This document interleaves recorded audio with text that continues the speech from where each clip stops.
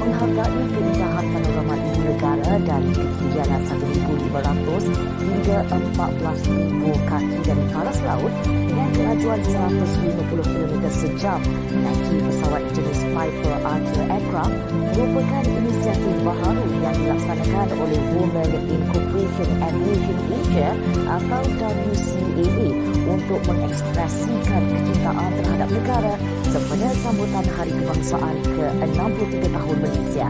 Ikuti laporan khas yang disediakan oleh wartawan Nurliana Zulkifli. Sambutan Hari Kebangsaan ke-63 pada tahun ini sudah pasti akan diraikan dengan pelbagai cara oleh rakyat di negara ini, apatah lagi ketika berdepan dengan situasi pandemik COVID-19. Sehubungan itu, WCAA meraikan Hari Bersejarah Negara dengan memberi peluang kepada kira-kira 27 wanita yang mencintai industri penerbangan untuk menikmati keseronokan menaiki pesawat kecil yang hanya dapat memuatkan seramai 4 orang dalam satu penerbangan. Menurut Presidennya, Aida Ismail, aktiviti seperti ini merupakan julung kali diadakan oleh WCAA sebagai langkah memberi pendedahan selain membina semangat kaum wanita untuk merasai keterujaan berada di awan menaiki pesawat tersebut berbanding pesawat komersial biasa. This is what we want to do. So, sempena Hari Kemerdekaan ini memberikan peluang yang sebegini kepada partisipan kita adalah sesuatu yang sangat menggembirakan untuk kita. This is what we want to do from time to time. We want to do this again. Dan Hari Merdeka kali ini sangat special. It's very challenging to everyone due to COVID-19, but it shouldn't be a showstopper. And we want people to know that we have the support system in here, especially people in the industry. We want them to know that the open communication is available. Para peserta terlebih dahulu diberikan penerangan keselamatan dan taklimat prosedur operasi standard penerbangan dan COVID-19 oleh Kapten sebelum menaiki pesawat. Kapten pesawat Imran Ismail yang mempunyai pengalaman selama 24 tahun dalam industri penerbangan berkata ini merupakan pertama kali beliau membawa penumpang bagi sambutan Hari Kebangsaan. Pretty much normal, tapi dia agak special today sebab kita dah menyambutkan Hari Merdeka. So we are very much delighted lah to attend to all of this today. Yelah, macam orang kata lah kan, tak kenal maka tak cinta, jadi it's best that reach out to us, come over, let us help you and make you understand the beauty of life. Like Leonardo da Vinci always say, once you have tasted flight, you will forever walk with your eyes look skyward. From there you have been, there you long to be. Bagi peserta yang mengikuti program ini buat pertama kali, ia sudah pasti satu pengalaman yang berbeza, apatah lagi mengekspresikan kemerdekaan dengan cara yang berbeza. Apatah lagi dapat melihat bangunan-bangunan ikonik dan mercu negara dari atas, seperti Menara Kuala Lumpur dan Menara Berkembar Petronas atau KLCC. So, quite experience lah sebab sangat menarik, especially bila pilot tu bawa kita, you know, macam mana kita nak cakap, saya pun tak tahu, tapi sangat-sangat menarik lah. Macam first time ni untuk saya rasa sangat bermakna lah dapat this experience to join the pilot and the team WCAA. Some of my friend, dia pergi ride motor ke, you know, superbike kan. And then but this time kita dapat chance untuk fly dengan small aircraft. Ya Allah, alhamdulillah, satu peluang yang sangat bermakna. Mereka ni first time sama mereka naik pula naik aircraft fighter. Macam experience tu satu experience yang best sangat lah. Sebab itu first time. So macam kalau boleh, kalau ada event macam ni lagi memang nak join lah. Kalau macam ada event pergi ke overseas naik aircraft pun macam memang nak join juga. Sempena Hari Kebangsaan 2020, WCAA hari ini memberi peluang kepada ahlinya untuk bersama-sama menikmati dan merasai sendiri peluang memerhatikan pemandangan seluruh ibu kota sejauh 1,500 kaki dengan menaiki pesawat ini. Dan inilah dia kemeriahan walaupun COVID-19 masih lagi melanda di seluruh dunia, namun ia bukan penghalang untuk kita terus meraihkannya dengan secara normal baharu. Nurliana Zifli untuk Bernama.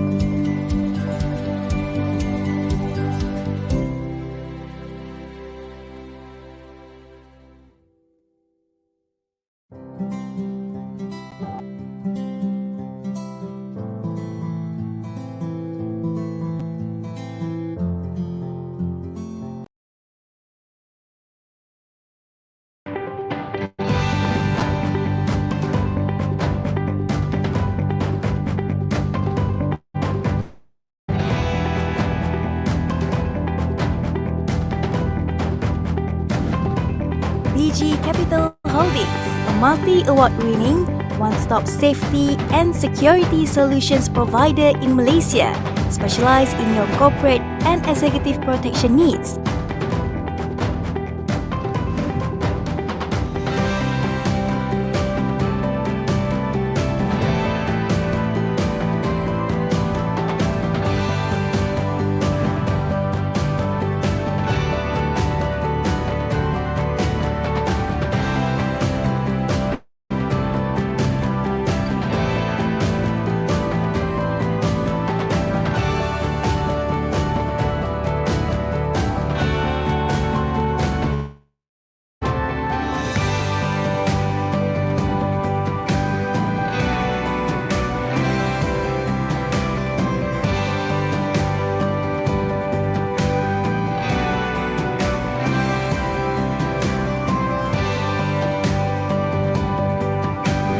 Operating from our head office located in Subang Jaya with nationwide branches and services coverage.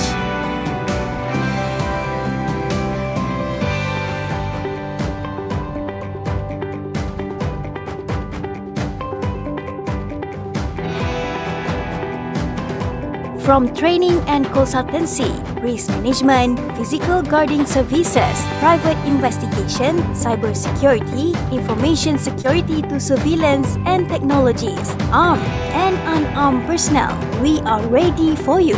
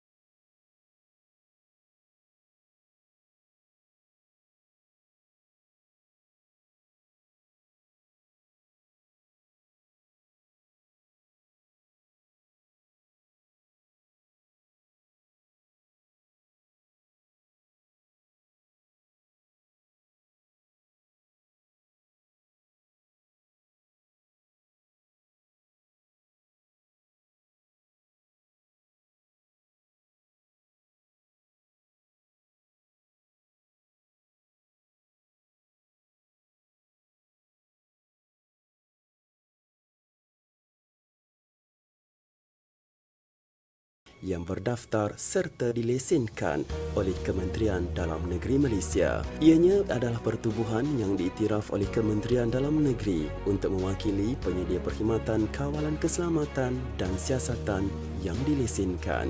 Kelahirannya merupakan natijah daripada permuafakatan sekumpulan eksekutif usahawan industri kawalan keselamatan dan siasatan di Kuala Lumpur serta Selangor. Sehingga Mei 2020, keahlian PIKM berjumlah 901 syarikat kawalan keselamatan yang beroperasi di seluruh negara. Dalam usaha memartabatkan industri keselamatan, PIKM telah menetapkan visi untuk menjadikan industri keselamatan swasta yang komited bagi meningkatkan tahap perkhidmatan dan diterima oleh semua lapisan masyarakat. Manakala misi PIKM adalah untuk memastikan setiap penyedia perkhidmatan keselamatan bertanggungjawab ke atas pematuhan piawaian, kod amalan baik dan peraturan-peraturan lain. PIKM berkhidmat menyatukan suara dan mewakili pengusaha dalam industri keselamatan kebangsaan dalam rundingan dengan kerajaan, pelbagai pihak berkuasa, sekutu serantau dan antarabangsa, media serta komuniti. Sebagaimana yang termaktub dalam perlembagaan PIKM, objektif persatuan ialah menyatukan dan mengembling semua syarikat kawalan keselamatan dan siasatan dalam satu pertubuhan kebangsaan, mewujudkan persefahaman dan permuafakatan antara ahli serta menjadi saluran perkongsian sumber-sumber ke arah memajukan industri keselamatan, mempertingkat keupayaan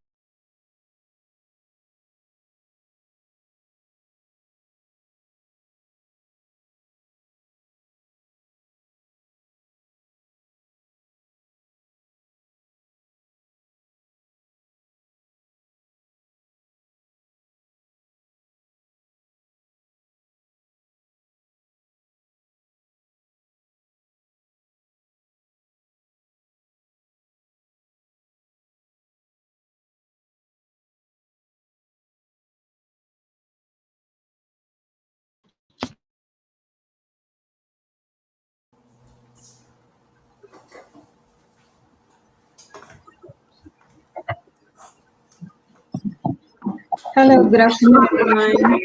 Assalamualaikum. Hi, afternoon. Hi, afternoon. Waalaikumsalam.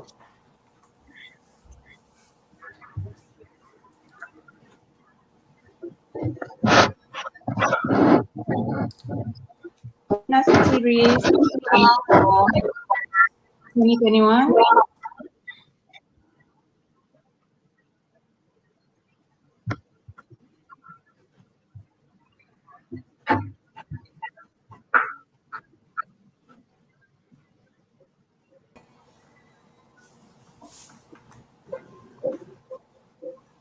Have a very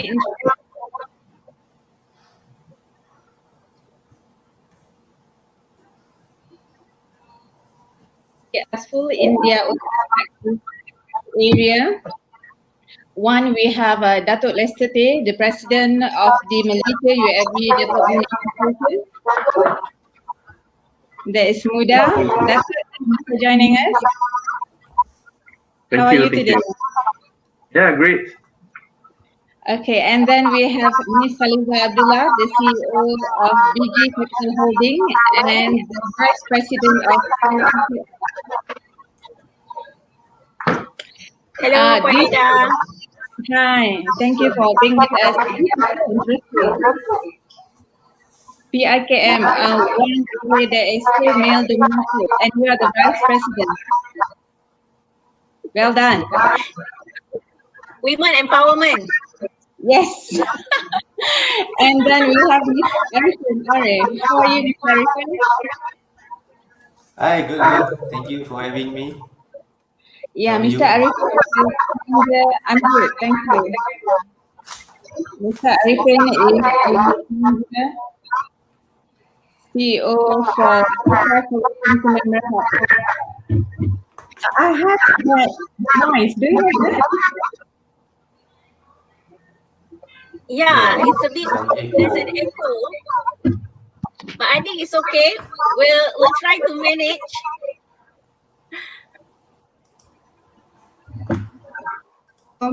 Uh, uh, I have a long, beautiful, fantastic bio of each of the panelists that will take me, I think, half an hour, 45 minutes is I read all this. So it's going to be interesting to see the panelists with us today to introduce themselves. So let's start with Dato' Lester. Please, Dato', the mic. Hello, everyone. I'm Lester from MUDA, Malaysia UAV Development Association, and I'm also the CEO for Strat Aero Malaysia. Another NGO is World UAV Federation's Malaysia chapters chairman. So, shall I share my slide?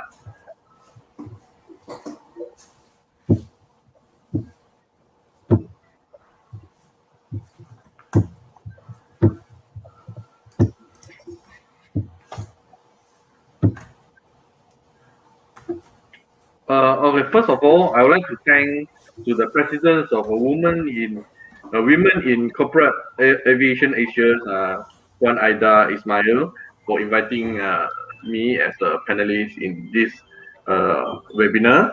So my topic today is it's time for some pilots to look into drones or UAV. So let's start now.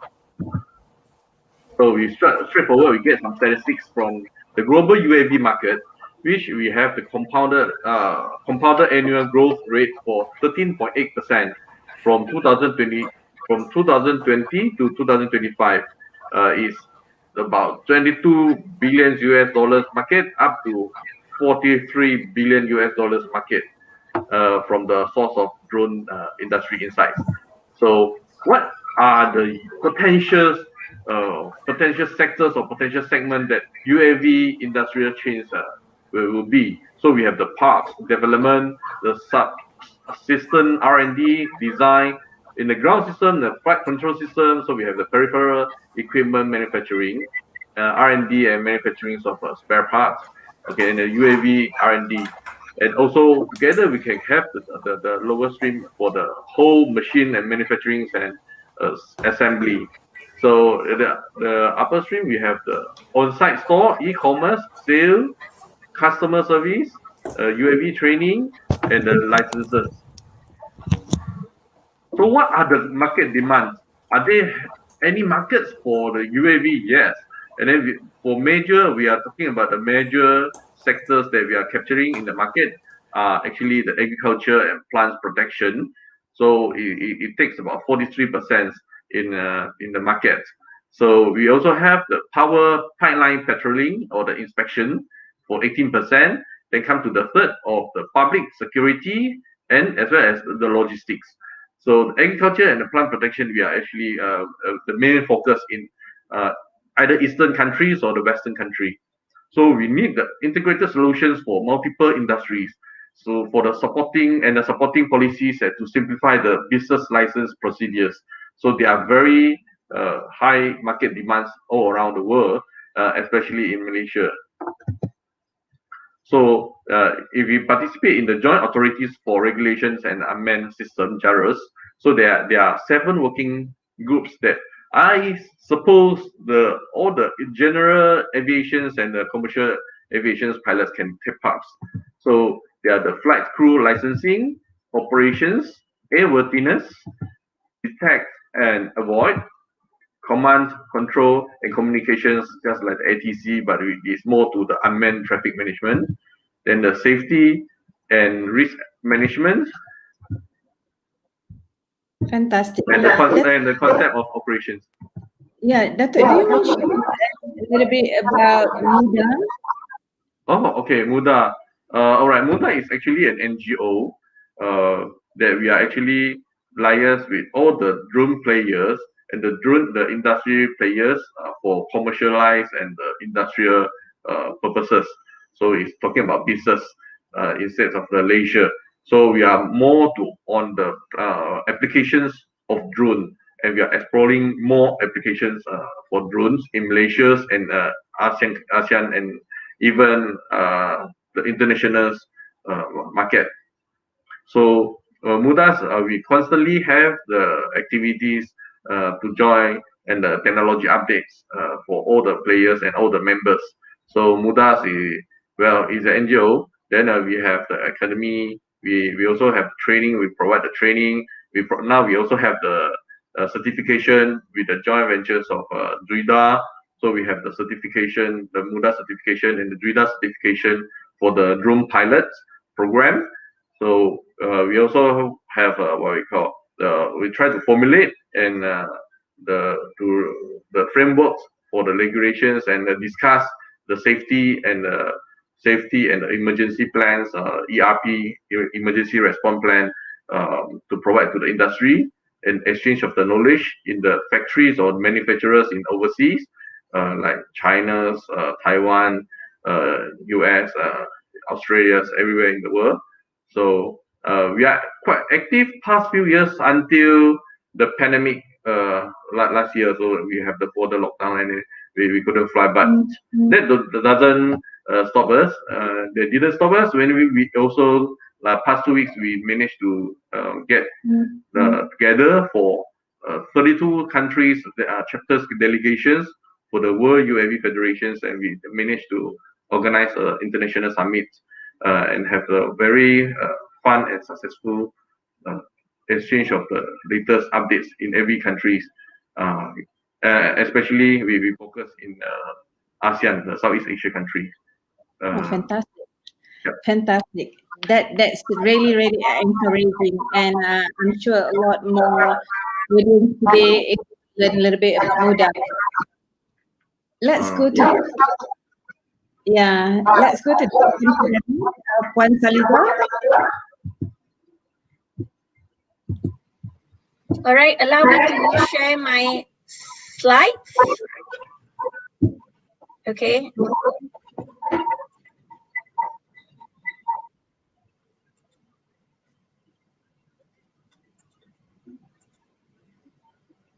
Okay. All right. Are you able to see my slides, Puan Aida?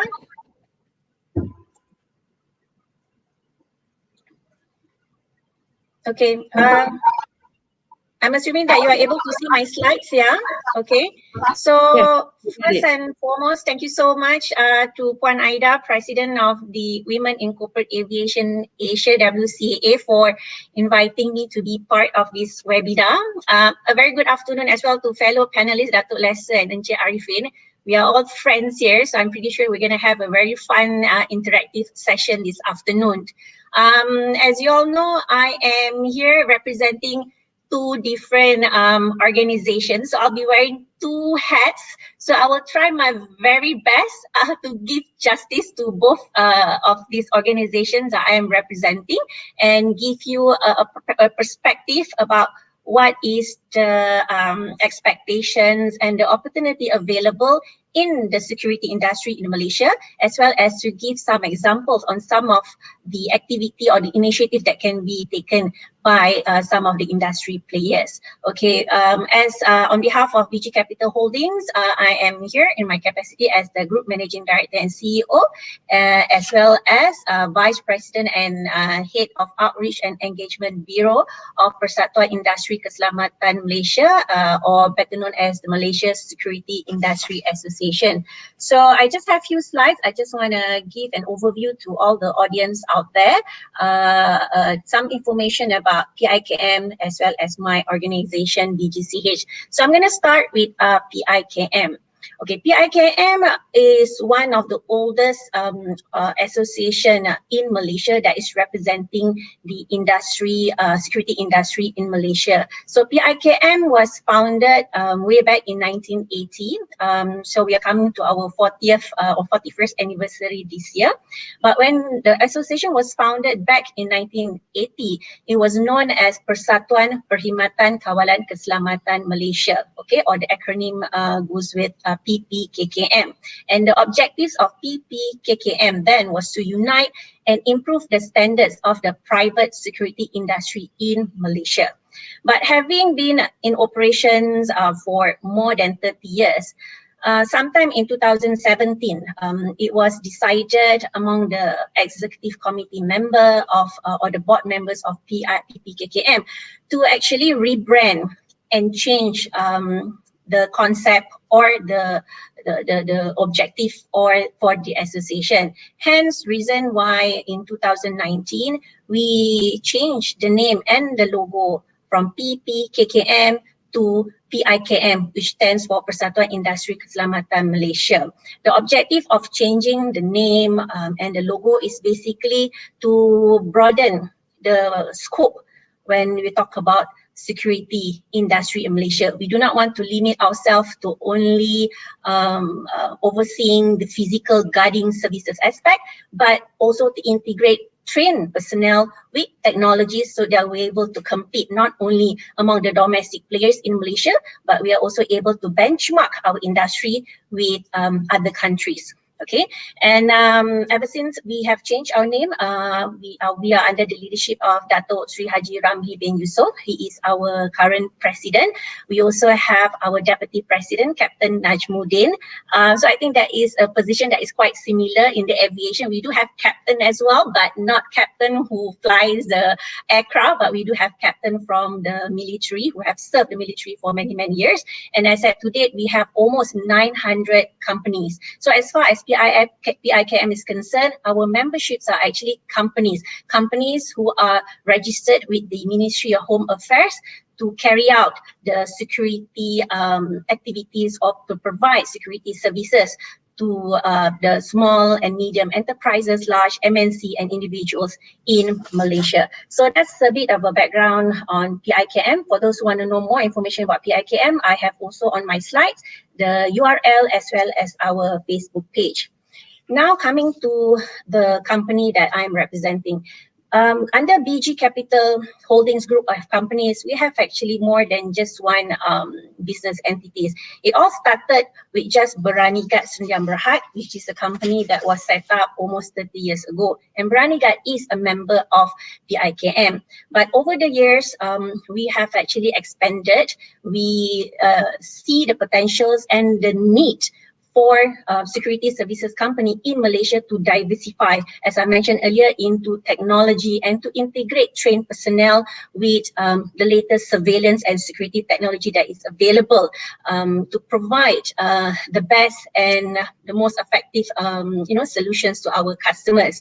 So we have now ventured and diversified into training and consultancy. We're also doing event management. We also have a social enterprise arm, and I'm proud to share that as at to date, we are the only multi-award winning 100% women-owned security services company in Malaysia. And recently, we have won as the national runner-up for the United Nations Women Asia Pacific WEP Awards in December 2020, which recognize our contribution and effort in the industry and community. So that is something that we are very proud of over the achievement of our company. So coming to where we are now and why we see the potentials of venturing into drone. As everyone know, all companies, including all the industry players within the security industry, are affected by COVID. Okay, so there is a need and it's very important for us to have this platform whereby all the industry players should be able to look at some of the incentives which are being given out by the government on how we can actually diversify and pivot our business model. And for today's webinar session, I would like to speak specifically with regards to Penjana Smart Automation Grant, whereby this initiative can actually be used as incentive for all the industry players out there, especially companies from the security industry, to actually venture into drone technology, and at the same time we're able to provide job employment to all the pilots or the ex-pilots out there who are looking a new opportunity in the industry. So that's about it with regards to PIKM and my company. So over to you, Puan Aida. Thank you so much. Wow, that's really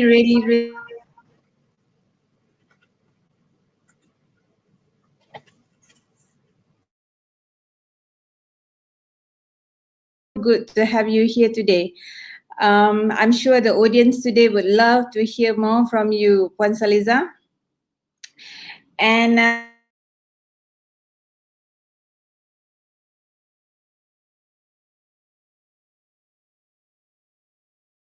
the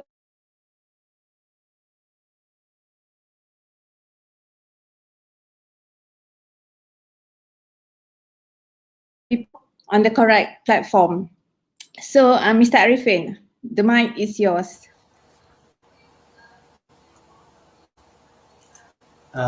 Sorry, Miss Aida, I think we lost you somehow.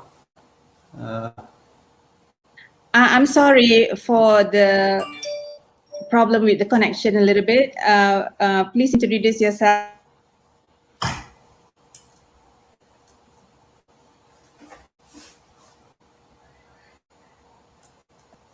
Alright. Sure, it's okay. I'll just continue with an introduction. So my full name is Khairul Arifin Muhammad Arif, but usually people just call me Arifin Aris. So I'm a founder of Eka Solutions, Sudan Berhad. We are service solution provider using drone as our solutions. We're involved in almost all category using drone as solutions. But our focus is more on precision agriculture, construction and project management, environmental monitoring, engineering and survey, geospatial intelligence, oil and gas and mining, among other things. So we have been around in drone industry for more than 8 years. So we have grown steadily, although we're not the biggest, but we have grown steadily in the drone industry. And drone industry is a very exciting industry to be in because it's a sunrise industry right now, and it's estimated for the next couple of years it will be about 20 to 25 billion market. Okay, I think I'll pass back to Ms. Aida for thank you for having me.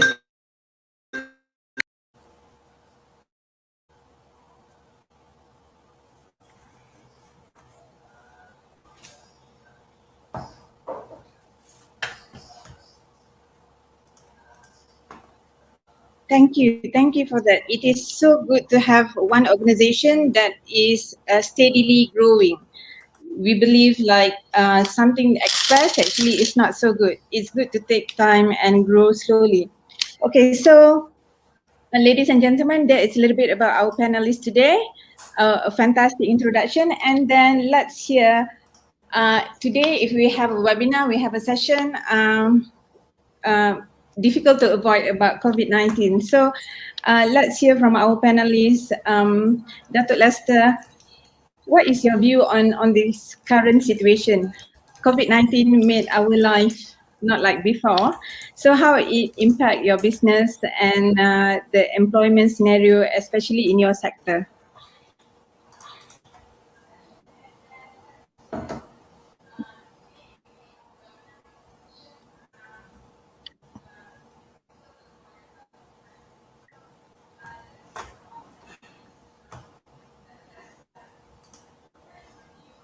Use the robotics and even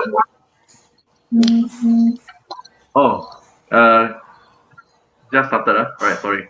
So I think for drone, we are keep going, and then we can see like because we are also one of the reseller for the DJI products, and then the sales is actually growing.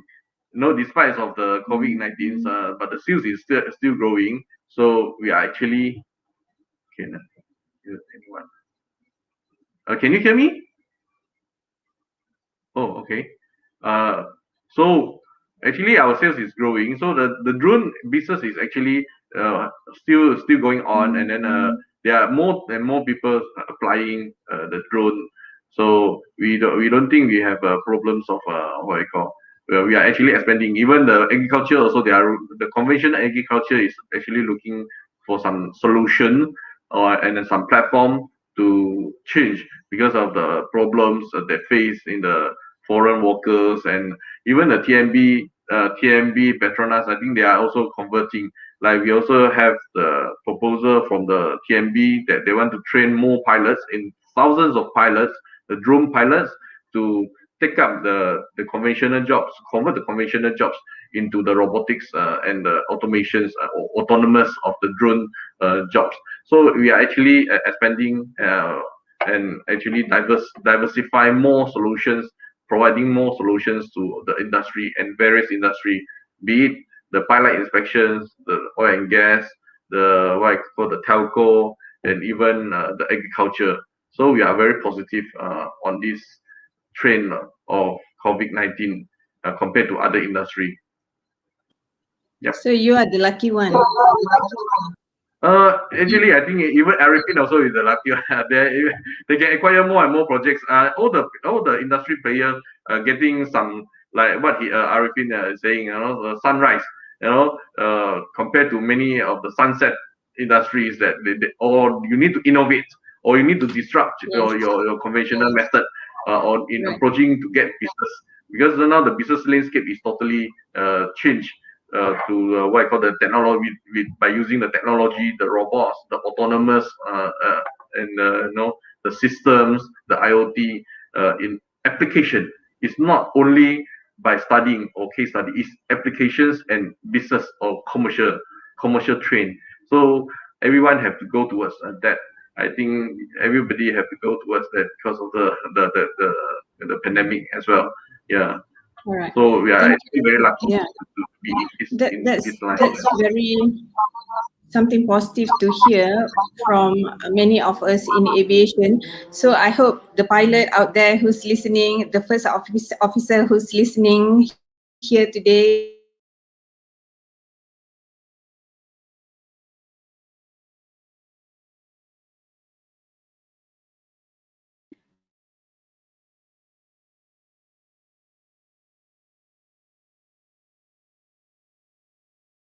how about you, Puan Saliza? Is there, are you affected or is it getting better for you now? Because everyone knows security is one area that nobody should ever compromise. Okay, I'm gonna answer from the perspective of the industry first. Okay, I think we are quite fortunate that the security industry falls under the essential services. So ever since MCO 1.0 was announced, technically can still run our business as per normal, okay? Because it is a service that is pretty much required and is necessary. It's just that unfortunately, majority of the security services provider comes from the non-essential services. So what that means is that although we are able to provide our services as normal, some of our clients had no choice but to shut down their operations due to the pandemic. Okay, and I remember during the second quarter and the third quarter of 2020, there were like a lot of manufacturing companies, especially those from the hotel and tourism that were badly affected by COVID, had no choice but to prematurely terminate their contract.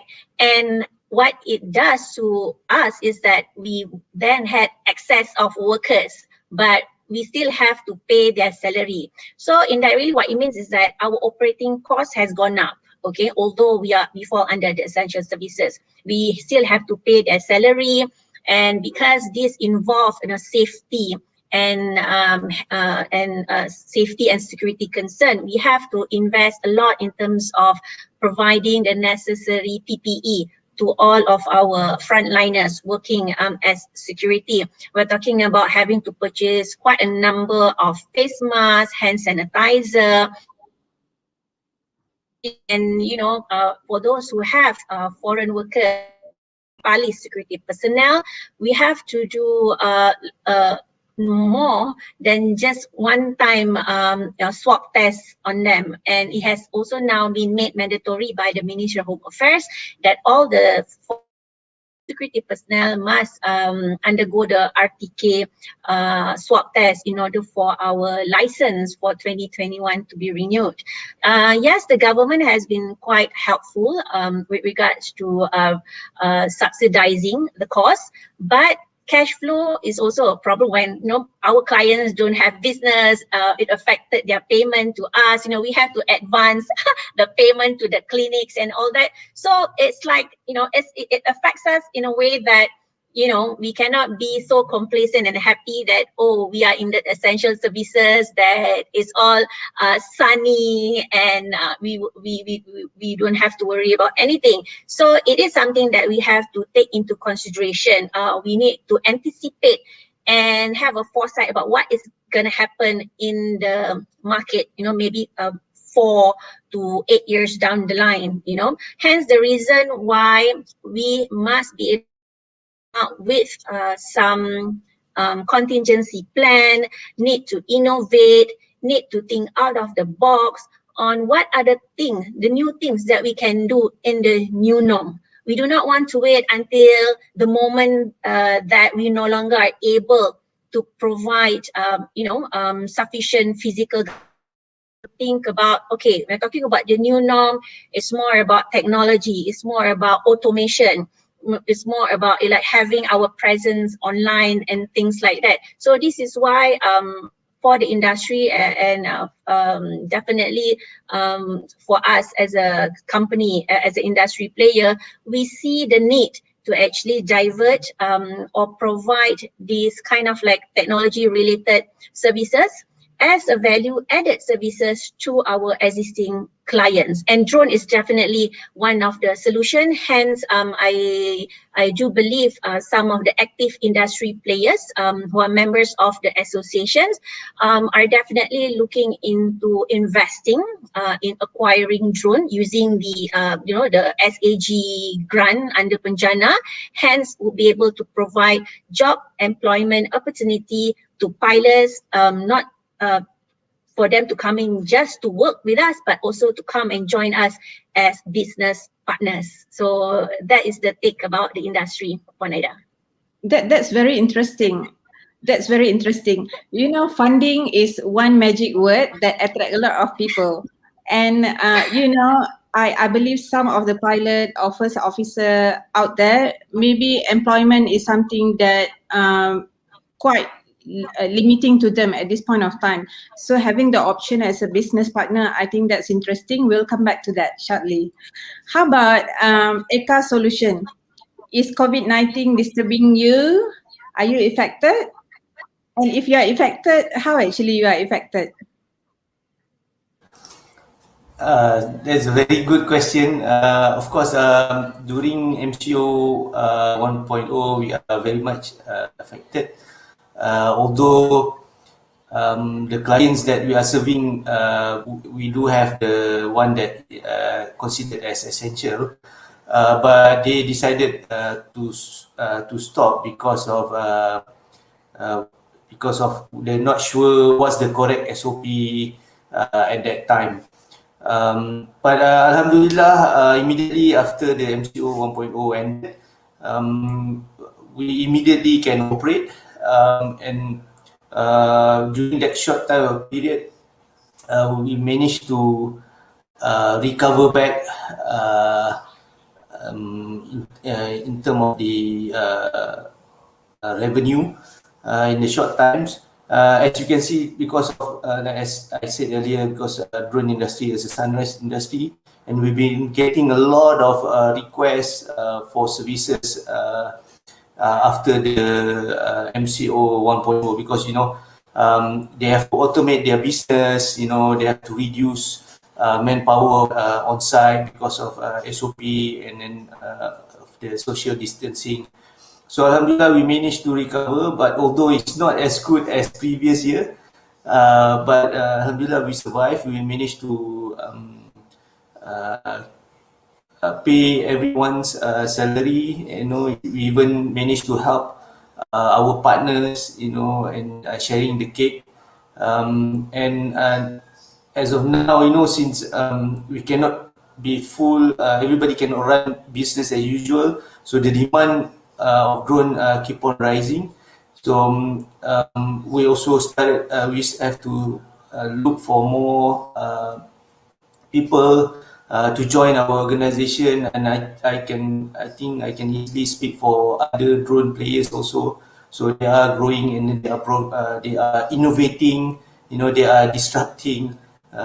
So I think which is good. But yes, we do affected by COVID. But I think the future in drone industry is quite good. The outlook is quite good. So we are doing okay now. We are doing okay now. I think that's it. That's very good to hear. We are very happy for you. We are very happy for you. Aviation is tough now. I feel it so much. But we are so happy for you, and we hope, like you said earlier, we could share the cake with those who are affected today. So let's look at the question. Do we have any question from the audience now? Okay, not yet. So let's continue. Ladies and gentlemen, we need to be a solution focus here. COVID-19 shouldn't be a showstopper, no matter what. How could we help, assist, facilitate and support the aviation community who are a little bit unfortunate at this point of time, who are losing job or having serious pay cut and so on here? So please share your view. Datuk Laster, what do you think?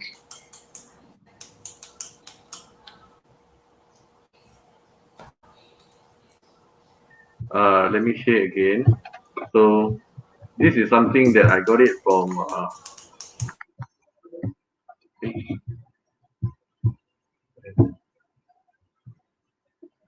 can you see?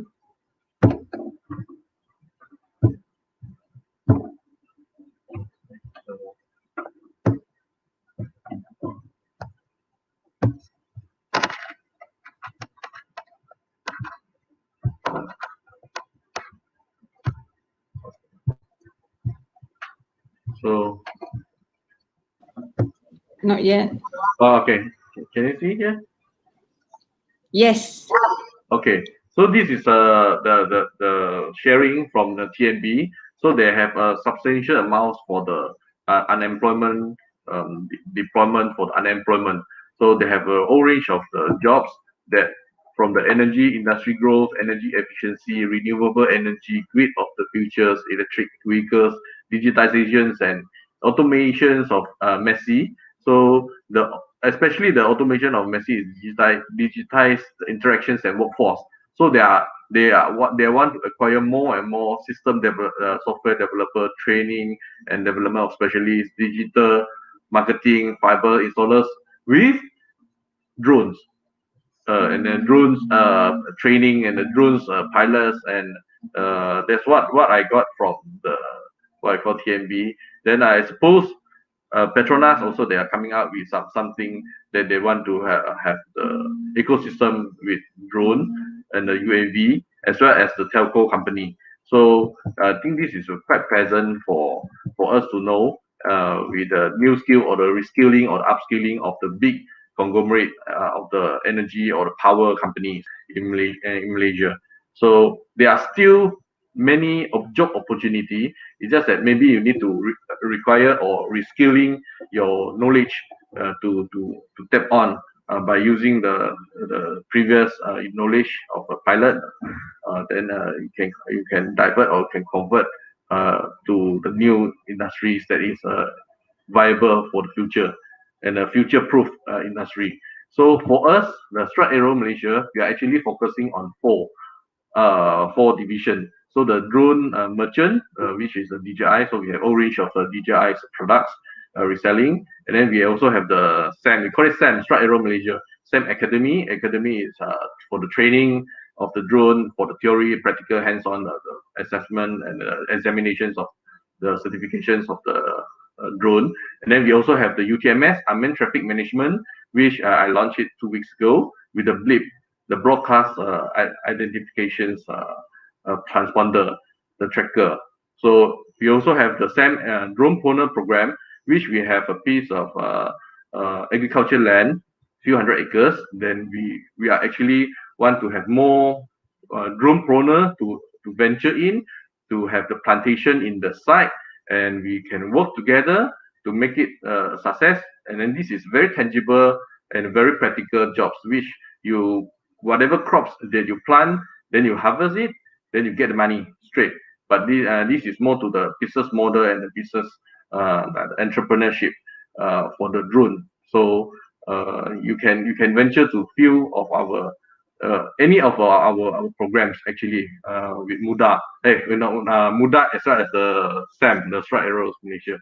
So okay, just a little bit introductions of the UniFly, the unmanned traffic management. So we actually cater for the next level, which enabling autonomous aviation. So we really need a lot of new we are providing more jobs for the drone pilot, the authorities and the drone operators to acquire this knowledge, and then to have these new jobs opportunities for the market in the drone. Fantastic. Yeah. Yeah. So yeah, we are looking forward those that have experience in the aviation, especially, so they understand the procedure, the safety assessment of the required by CAM, the Civil Aviation Authority. So those who are experienced in aviation lines actually are very welcome to actually join us for this coming program and the jobs. Yeah. So this is actually, this is a platform that can actually join the unmanned system with the aviation system. So just a short video, if you don't mind. Sure. All right.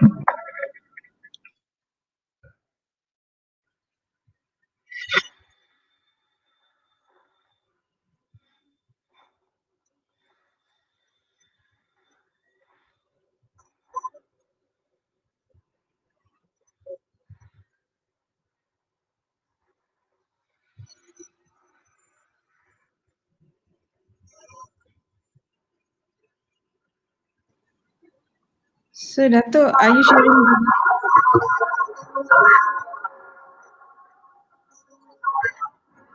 So Dato', for our audience today, if they would like to get more information about what you just shared just now, they can go to MUDA website or SAM website. Yes, they can go to MUDA website or the SAM or strikearrows.my, or we have one online store. We call it Malaysia UAV Hub. So three of them are viable to be to source the information you want, or you can, whatever customized question, you can actually email to us in the secretariat of MUDA secretariat. Yeah. So MUDA secretariat email address is? Can you see here? muda.uav.sec@gmail.com.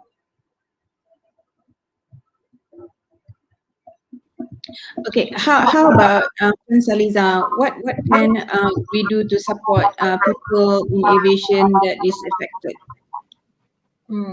Okay, as I mentioned earlier, as far as the industry is concerned, we see an opportunity whereby we can actually provide not only employment opportunity to those who got affected in the aviation industry to come on board as employee, but to also come on board as business partners to work with the industry players within the security industry to really expand and grow this drone, surveillance, security surveillance using drone. Okay, and one of the advantage that the industry players or the security companies have is that because PIKM, the memberships are actually companies and not individual. So to put it in a layman's term is that we are companies and companies who are financially stable, who have been in the market for a very long time. These are companies who are able to apply for the automation grant under Penjana, which are being managed by MIDA at the moment. There are actually a checklist and all that. So for companies, for security companies who are ready to pivot and to diversify into this area, they can actually tap on the funding which is available, which can be used to acquire and purchase drone and then register it under their company. So for pilots or for individuals who want to venture into this, they can get their upskilling training. Also is available out there for them to attend training courses subsidized by the government per CASO or HRDF. But they might have the limitation. Yes? Do you mind share where exactly they can have that training, if you don't mind? Okay.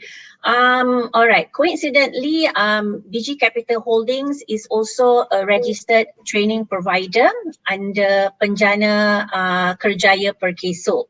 So under our company, we have 66 courses which have been approved by Perkeso as an upskilling training for newly hired for companies who are registered with Perkeso. We have a training course for I think 2-3 days, okay, under us, fully subsidized by Perkeso, provided that the participants are being hired or have been offered employment by registered companies, okay. So we can offer that training courses to put it in a nutshell, okay. But the whole idea is not just about, getting candidates to come on board and get themselves trained, okay? First and foremost, definitely, it's an opportunity that everyone in the aviation should be looking at right now. Instead of staying at home, really trying to figure out what they want to do in the next, few years, tap on this opportunity. Governments are providing fully subsidized training for them to train themselves to become drone pilots. They might not need or they might not acquire that certificate right now, okay, but it's a good thing to actually use this time that they have in hand to get themselves certified, to get themselves exposed to becoming drone operators, okay. And then going back to the companies in the security industry, there are a lot of opportunities out there, and definitely the one under MIDA SAP is something to look at. We're talking about a matching grant up to 200,000. And if we were to ask Datuk Lester and Encik Arifin, I'm pretty sure they would tell us that, it's within the budget to actually acquire a pretty much, good drone. We're not talking about a drone that we used to take pictures. We're talking about surveillance, drone that can go long distance, more durable. Of course, we have to invest few 100,000 in acquiring that kind of quality drone. So when companies are able to tap at the funding or the subsidy assistance provided by the government, and then work in collaboration with, potential business partners or potential employees from within the aviation industry, it can actually become like a great synergy, to actually get this drone industry or business to the next level. So definitely it's a win-win, okay. So that's why PIKM is pretty much open to the idea. What we are doing right now is actually just to reach out to all the audience from the aviation industry as well as members from within the PIKM to let them know about this, opportunity. And definitely at PIKM, we're going to be having our own separate, virtual session to provide further assistance to our members who are seriously interested in venturing into these new services. Fantastic. Puan Saliza, we have one question from Muhammad Muradha. Okay. Yeah. All right. And to other panel as well. Other countries use their security elite to do the patrolling using drone and CCTV, but don't know what type of drone they are using. Do PIKM have plan to hands on the patrolling job using drone? Okay, all right. I will take that question. Thank you so much, Encik Muhammad Noor. Okay, on behalf of the association, I cannot really say like we already have something plan right now, but definitely we are going towards that route. We are planning to perhaps look into all these possibilities with the objective to enable all of our members to remain sustainable, to assist them in being a bit more innovative, and to break out from that normal, physical guiding service and venture into this technology. So definitely, we have gotten, the consent from our president of PIKM, definitely, to look into this. Hence the reason why I am able to speak on behalf of the association. But we do not have like a statistic right now in terms of how many members or companies that we have are ready to go into that line. But I'm very happy to share that PIKM is also a registered industry lead body for the security industry in Malaysia. So integrating technology, security surveillance is definitely part and parcel when we're talking about being the industry lead body. So we are very optimistic about technology, and definitely after this webinar, we hope to have more engagement session with all our members, as well as some of the stakeholders, especially from the Ministry of Home Affairs, from the PDRM, and from all the other relevant bodies, on how we can actually provide a more strategic business model, as well as how we can move forward in taking on board drone into our traditional or conventional security services. Fantastic. I hope that answer, Mr. Muhammad Noor. Thank you so much for asking. We have something for you. We have the USB sponsored by Bombardier, one of the OEM in business aviation. So contact us after this. This USB is for you. Thank you for asking. And okay, we have another question from Daniel Imran. Daniel, thank you for joining us today.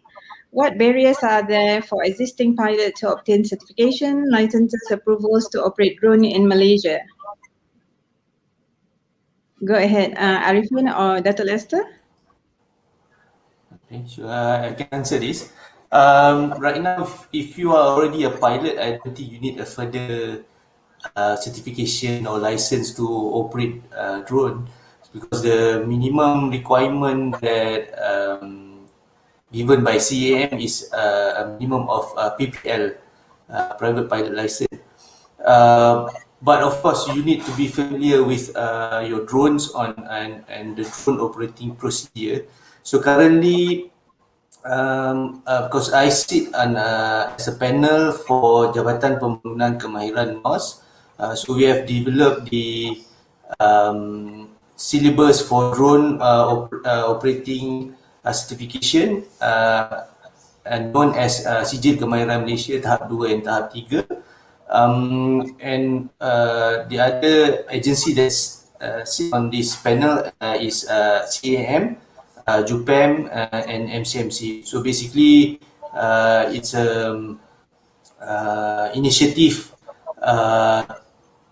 among us about under MUDAS, which is a different organisation from Dato' Lester, to upscale drone pilots. So as of now, if you are already a certified pilot, that means you have PPL, CPL, and if it's recent, then definitely you don't need any other certification. But if you are new, there are two ways of getting a SKM certification, which is one is through we call it Pusat Bertauliah, or any training agency under there that is yang telah ditauliahkan oleh JPK. And another way is kita boleh menggunakan cara penilaian pencapaian terdahulu. We call it PPT. If you already have experience, so you can get this certification.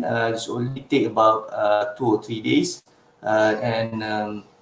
So if you for multi-rotor, and then it will take about 3 to 5 days for fixed wing.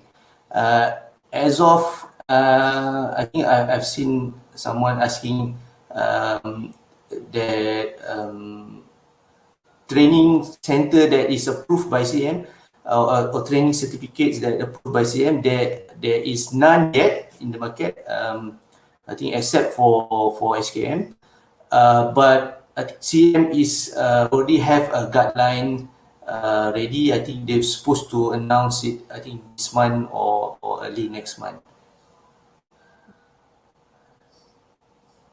Okay, that's fantastic. Thank you, Daniel, for asking. Daniel actually is a dear friend. He's a pilot operating in the US, come back because of this COVID-19 and looking for the opportunity, trying to do his conversion. Good that you are here today, Captain Daniel. Thank you for joining us again, and I hope that helps. And then another Azmi Zul.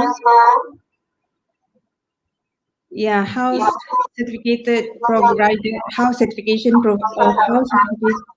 provided from Jabatan Pembangunan Kemahiran can use?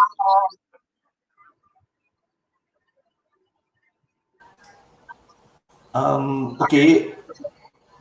So this SKM level 2 and 3, which is drone piloted and drone UAV mission commanding, is to certify that you are proficient in handling drone. In dalam bahasa Melayu dia is terampil, so you're proficient. So at this moment, when you apply, let's say you applied a permit from JUPEM or CM, you can attach this to show that you have been trained to operate drone. And I think at this SKM certification also you can use to apply jobs in the drone industry.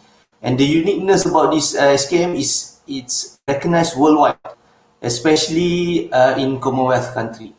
So you can even use this to find jobs overseas, especially in Commonwealth country. That's fantastic. And then we have... Just to add one more, so sorry, Ms. Aida. So when panels, JPK panels develop this certification, it is developed based on guidelines from CM, JUPEM, and also MCMC. And we also follow guideline that was published at that time by IASA and also FAA. Fantastic. Okay, and then we have this question from Siti Shamimi. Thank you, Mr. Arifin. That's really helped. I hope, Azmi, you are happy with that. You can Google more, or after this we can share Mr. Arifin contact on our page, so you can be in touch with him directly. You're welcome, Azmi. Thank you for joining us today. Puan Aida? Yes. Can I add on a little bit on the what we call the training part from the Jabatan Pembangunan Kemahiran and CAM directive. Okay, CAM, because last week we just visited the CAM, and then Captain Chester was, we were very happy, and then we had a good conversation that actually I think the new directive will be announced, I think most likely next week. So they are going to have RPTO or the ATO, the approved training organization for drone, that they have the different guidelines from what sorry to say, but the what I call the initiative from the JPK or the Pusat Petalia, which based on 2016 or 2018's amended regulation of CAM. And then now they have the new one, which is 2021, and likely they will get it gazetted by September. This is quite inside, but it will be implemented slowly, and it's quite soon to be announced that the directive by next week, most likely. And then the directives actually includes also the instead of the training proficiencies of the drone piloting, they also requires the what we call the insurance, the UTMS, unmanned traffic management, and what we call the risk assessment of the SORA. So it's actually not really only the piloting, the skill, because ultimately it will be changed and to evolve to autonomous piloting instead of manually piloting. So it will be different landscape quite soon. So to cater for the future-proof syllabus, CAM is actually is going to have the new directives that really cater for the what we call the new. Anyhow, you have to change the new syllabus or update. But at the moment, I don't think is recognized that CAM recognize anybody or any organization, but they will recognize only PPL for the minimum. So whoever like the captains just now, the captain Daniel, sorry, yeah. So Captain Daniel, right? So I think they are actually qualified already. They just have to learn the skills and the competency of handling a drone either autonomously or manually. Then it will be viable. Because what we are doing is actually collaborating with the Japanese, the JUIDA. So they are actually very prompt to the technology that is going to forward. So what is the forwarding for the beyond vision is actually going for the autonomous. So of course we need to comply to EASA, and sometimes they also comply to the FAA because FAA also easy to be compliant. But CAM definitely have their own directives that really give us a good guideline. Yeah, so I think we will get it very soon, and then I think the APO or the RPTO will be soon to be announced. Very to replace all the syllabus that good initiative from the SKM. Yeah. From the industry perspective, we are very happy with Civil Aviation Authority Malaysia initiative, CAM, that they pay serious attention to this drone development. So this is one of the burning questions from our members. What is the salary range?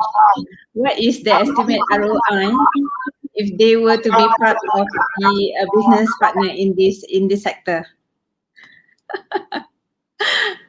Up to you, ask me, panelists. Akachi, to the other two gentlemen to answer that question. Okay. Okay. For the employment, Arifin will have a very clear guidelines. But for the entrepreneurship or for the business, I'm thinking of having a ventures of agriculture. If the captains they would like to have a new ventures of the business, we are expecting 2 cycle of the crops, like the pineapple, for example. 2 cycle, 1 cycle is about 16 months. Then you can actually recover already. So actually, there are the hidden gems in the drone. So many people providing services, but for us, I think I developed my land, or now I'm having a substantial amount of big a small land but we would like to invite more investors to come in, and then you would like to invest, and then you use drone applications to plant the crops, and then within 2 cycles you can make the money back. So it's about 32 months. 32 months also is less than 3 years. It's very good ROI actually, and then it's tangible. And then you can sell, then you can get the cash back. You can reinvest again. So it's a continuous process. Yeah. So if you have a tenure of like 30 years or 15 years within the land, so you can actually plant, and then you make the money generating itself. So I think that is quite a very rewarding ROI for the entrepreneurship. But of course, for Malaysia, so I think salary wise, we do not have a good what we call benchmark for the salary. So we cannot really tap on a good then maybe Arifin can give some guidelines on the salary. Yeah. But for business, it's very good. Yeah. Okay. This is I don't know how Burning to question. put it. Yeah. with the those people who are in the aviation industry compared to what they have been earning before.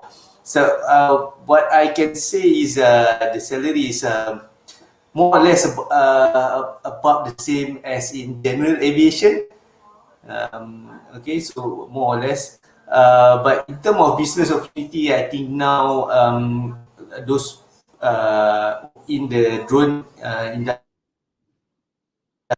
they also open any partners to bring in. What I can say, if it's a hint, if you want to start, you can partner with these drone players, and collaborate with them. So that way you can minimize your business capital, and then minimize also your risk. In terms of employment, I think there are a lot opportunity out there. We are also hiring now. You can go on JobStreet or and try to apply for position in our company. And I know now there are a lot of effort and activities going on in agriculture sector, because the direction I think that we're going now is trying to increase our food security. Not depending on import so much. So I know in terms of paddy, there are a lot of activities going in increasing the yield. So we also involve with the joint effort to do that. So we currently we are doing the precision agriculture, precision drone mapping, and also the analysis. And then we have partner in doing the soil analysis, and also doing the fertilizing.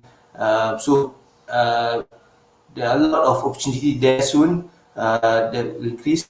In terms of let's say oil palm, so oil palm also, I think there's a company that's really focused in oil palm spraying. But you can also do precision agriculture, precision analysis on that, to help reduce the cost and increase the yield. Another effort that we are also involved is in the initiative of pemulihan ekonomi, especially to those who are in aviation industry. So we are in the process. I cannot share much. I think last night when we discussed, I mentioned to you it was 500. I was mistaken. It's actually for a start now. So we're targeting about 500 people from aviation industry. But for a start now, we are looking about 100 people from aviation industry that we can guarantee job security for about a year. So this is place and train program. So hopefully we are hoping to this program can start soon. But inshallah, if this thing materialize, definitely will inform you, Ms. Aida, for suitable candidates that you can recommend to us as suitable candidates to take up on. Sure. We have so many CVs with us now. Okay. It's 3:42 now. Okay, let's get the advice to Puan Saliza. What is your advice to the people in aviation industry today that is affected by this pandemic? Okay. Actually, it's not just to the potential, drone operators, so to speak, but I want everyone to see this, from the association, from the companies to the regulators, to see this as an opportunity where a marriage and a potential synergy and collaboration with everyone, with all the stakeholders involved in bringing drone industry in Malaysia to the next level. Okay, I attended a conference organized by MUDA, by Datuk Lester, I think last week, and I actually got the chance to listen to Cam, Mr. Chester, to actually explain about the rules and regulations about operating drone industry in Malaysia. It sounds very rigid, so I got scared when I heard him talking about the industry. It was such a turn on. It's like, oh my God. But if, let's say, CAM can have a synergy, for example, with the Malaysia Security Industry Association, Okay, so we're talking about, we can have a proper governance registry body to monitor the drone operators, to get them registered, or to give them the proper training, as well as companies, registered company who have the license or the permit to own drone. At the moment, anyone can just go to China previously, before MCO. They can just buy, I bought my personal drone from one of the exhibition that I attended in Korea. Pretty much affordable, and I didn't have to kind of like fill out any permit, or any form to bring it into Malaysia. But if we can actually structure this, make sure that only eligible companies who can own drone, and there is a proper structure and process in terms of providing training to the drone operators, then definitely there are so much potential when it comes to this drone industry. So to all the potential drone operators out there, especially from the aviation industry, I would like to urge all of you, do not look at this as a dollar and cent. How much am I going to be getting from working as a drone operators? Look at this as what I've mentioned earlier, you have extra time, look at from the eagle's eye view in terms of the potential of this industry, and use this opportunity, this time that you have in hand, to actually get yourself trained, attend all this, register yourself for all this upskilling training program, fully funded, fully subsidized by the government. And then at our association level, definitely we're gonna be digging more in terms of how we can actually leverage on the fact that we are the industry lead body registered in Malaysia, and use this platform and use this window of opportunity to provide sustainability opportunity to our company. So again, it's a win-win, that will benefit all the stakeholders in the industry. So keep your mind open, don't be too concerned, don't just look at the dollar and cent, look at the opportunity that it has for all of you out there. So that would be my advice to everyone who's watching this webinar today, Puan Aida. Fantastic advice. And Puan Saliza, we have your big fan here from UniKL Miat. Oh, okay. How you manage handling? You are amazing. How you manage handling staff and workmen monopoly job? Well, I first of all must thank PIKM's president, Datuk Sri Ramli, for allowing me to also speak on behalf of the association. It's nice to have actually a president, a leader who is very open to the idea of innovation, providing opportunity to the younger generations to be more vocal, because whatever that I'm saying today on behalf of my company is just not going to benefit only my company. Whatever that I'm sharing right now is for the benefit of all the security industry players in Malaysia, because we're talking now about the survival of the fittest, okay? And we have to innovate, we have to be ready, we have to anticipate on what is going to happen, 5 years, 10 years down the line. And drone is definitely an avenue and opportunity that we should be tapping on right now, since government is actually giving out the smart automation grant under MIDA. And again, it's a win-win for everyone. So I think it goes back to our determination, our passion in doing what we love the most. And I really love the industry. So thank you so much, Puan, for that compliment. It's an honor to actually be part of this webinar to represent PIKM as well as my company. Fantastic. I'm sure there's so many admirers out there, but the time and the platform is limited. We have one from Siti Shamimi. How does the authority monitor drone activities for those who's flying illegally, not according to CAM regulation?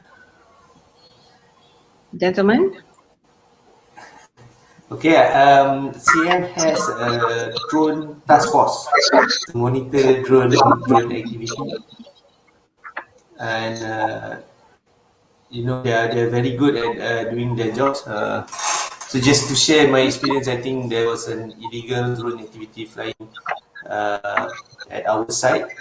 Since we have an active permit there, so we got a call from CM to confirm that it was not us that fly there illegally. So and at that time we have nobody flying, but so I think there is.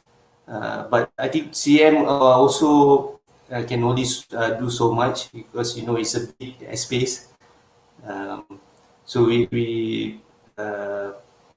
our advice is if you want to operate, do it legally. For this is to protect the industry so that everybody can benefit from and do business in Correct. well. Yeah. Okay. This is the last two questions we are going to take. After that, hopefully we can wrap up and we end the session. Zul, he's interested. How the operator fly at pedicure? Dato'? Okay. How the operator drone fly a paddy field? So it's actually you required to in order to fly. If your drone have the camera, then you need to apply the permit from SUPEM under the Pekeliling Am. So if you are flying above the ground level, then you have to acquire the permit, to obtain the permit from Civil Aviation Authority. And then if you want to have the certification of the aircraft is actually by CIRIM.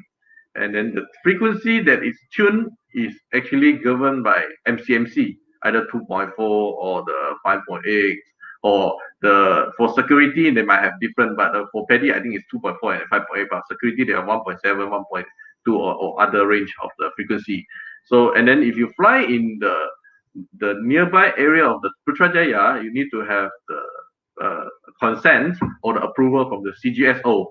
So there are actually 5 the minimum regulator that you need to answerable to, and as well as other, like if you're going to town council, like some of our members actually they're doing the surveillance and the what I call the area mapping in the town council, the Melaka, the Bandar Melaka. So you actually need to have the permit from the town council or the owner of the land.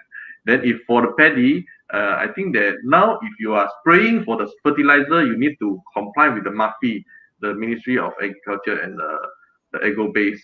They have a SOP. They have a SOP, I think, drafted by a lot of MADIs, all the expertise. Even another NGO is involving like MUDAS or what. So you have to comply with the fertilizer spraying of the SOP. So for paddy, it's actually now they have several what I call regulator to monitor. But after a while, after the directives is out, I think CIM will take charge, for the whole operation, and then you can go into it. Then I just want to add a little bit of the questions that just now they are talking about the flying illegal, how to not accordance to the CIM regulation. Actually, for us, like MUDA, our syllabus is the very first chapters that we are actually teaching is actually the awareness of the ethics. So the ethics is very important. The education awareness is very important. So you must be responsible to your flight mission, your concept of operation or your flight mission before you fly. Then it will be easier after you get educated. Then the second one, the technological wise, you must have the UTM, to the traffic management system, because we are expecting 65,000. That's the statistic came from JM. 65,000 of drones flying annually last year, in Malaysia. But we are hardly to get so many permit processed or approved or granted. So like Japan also, they do not have so many. I wouldn't want to tell the figures, although I know the figures, but a lot of illegal flying. So maybe a more stringent approach can be applied, but that will subject to the industry's dynamics of growth. See how dynamic it is growing. But the technological wise is actually like in China, they are actually using the UTM and in the Europe country, in Germany, even in Canada, they are using already. So they can actually monitor, can track the drone, and it actually can strike down the drone if they deploy the sentry for the what we call for the geofencing and the geofencing and georeferencing. Yeah. Thank you, Dato'. Thank you, Zul, for asking. And last one from Daniel. You're welcome, Daniel. So, as a follow-up question, does this rule apply to holders of foreign drone license or pilot license as well, or we will be required to obtain CAM pilot's license before we will be allowed to operate drones in Malaysia? Yeah, I can answer this. As far as I know, if you have a foreign pilot license, you have to do conversion to CAM pilot license. Then only you will be allowed to operate in Malaysia or to fly a plane. So that's as far as I know. Yeah. So do the conversion, Daniel. I know you are doing it, right? Okay. So last word from Mr. Arifin and Dato' Laster. What if there is one thing that you like our audience today to strongly remember you and your organization? What is that one thing?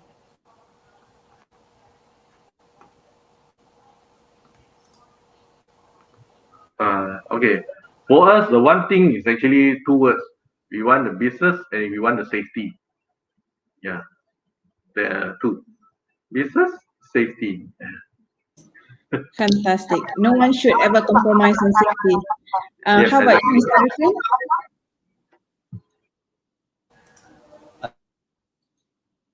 For us, we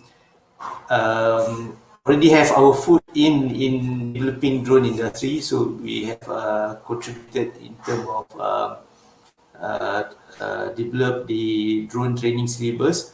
Of course, like Dato' Lester mentioned earlier, right now the guideline is totally different than currently what we're having, but that doesn't mean that we cannot improvise and improve the current syllabus and adopt the guideline that CAM will publish. Because when we develop that is based on that current guideline that when we develop it, of course it's not much different. In terms of drone operation, is still the same. So you either fly manually or you fly autonomously. We also open to collaborate with anybody. We are very friendly people here and very happy. I just would like to add some more. I saw a comment from Idris Saleh. He says CM not monitoring. That's not true. CM is monitoring, but there's so much that they can do. So they also have has help from police and also from BGSP. But it's up to us, to make sure that the drone industry is safe and everybody is playing according to the rules. But I would like to request, to CM is not to limit, this drone industry. So I think you have to separate between commercial and hobbies or recreational, because a lot of innovation actually comes from the hobbies and recreational, because they are willing to spend their own time and their own expense, to improve on the hobby. So that's my opinion. Fantastic. Okay, last word from our Brani lady, our Iron lady. Okay, the one that is so much making a difference. Puan Saliza, what is the one thing that you like our audience to remember us today, to remember you today? Okay. One thing about the association, okay, to all the public and audience who are listening and watching, I want all of you to know that PIKM 40 years ago and today are so much different. We are sexier than ever. We are bold and more courageous than ever. Okay, so we are very optimistic about the future of the industry. So feel free to visit our website at www.pikm.my.